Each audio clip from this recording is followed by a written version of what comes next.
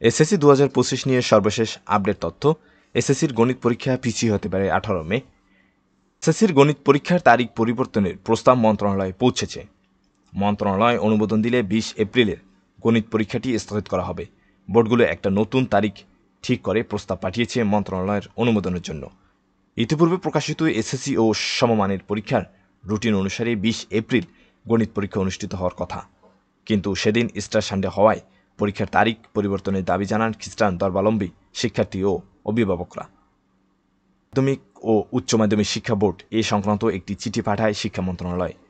চিঠি পাওয়ার পর 20 এপ্রিলের গণিত পরীক্ষার তারিখটি পুনর্বিবেচনা করার নীতিগত সিদ্ধান্ত নেয় মন্ত্রণালয়। সেক্ষেত্রে পরীক্ষার রুটিন পরিবর্তন হবে এবং 20 এপ্রিলের গণিত পরীক্ষাটি স্থগিত হলে পরীক্ষার নতুন তারিখ হিসেবে 18 মে নির্ধারণ করা হতে পারে।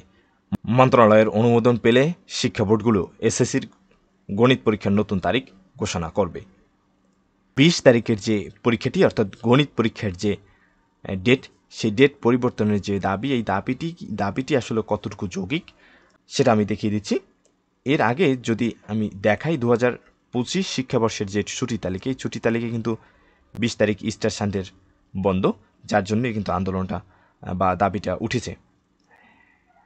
এর আগে কিন্তু আরও একবার পরীক্ষার সময়সূচি পরিবর্তন করা হয়েছে, যেখানে 13 তারিখ কিন্তু একটা পরীক্ষা ছিল। এই 13 তারিখ পরীক্ষাটি কিন্তু পরিবর্তন করা হয়েছে, অথচ এই 13 তারিখ কিন্তু ছুটির যে তালিকা, সেই তালিকায় কিন্তু 13 তারিখ বন্ধ ছিল না, সেখানে বন্ধ ছিল 12 তারিখ।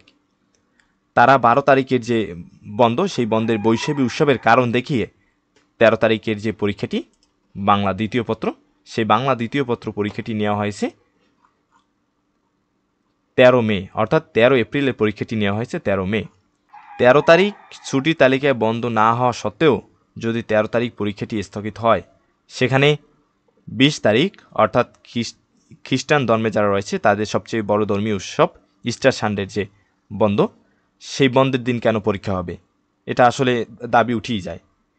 20 তারিখ যে পরীক্ষাটি গণিত পরীক্ষাটি, সেটি পরিবর্তনের যে দাবি, এটা আসলে যুক্তিসঙ্গত যৌক্তিক দাবি। খ্রিস্টান ধর্মের যারা অর্থাৎ খ্রিস্টান ধর্মাবলম্বী যারা শিক্ষার্থী এবং অভিভাবক রয়েছে, তাদের যে দাবি সেটা আসলে যুক্তিসঙ্গত। সবাই বুঝতে পেরেছেন। ভিডিওটি দেখার জন্য ধন্যবাদ।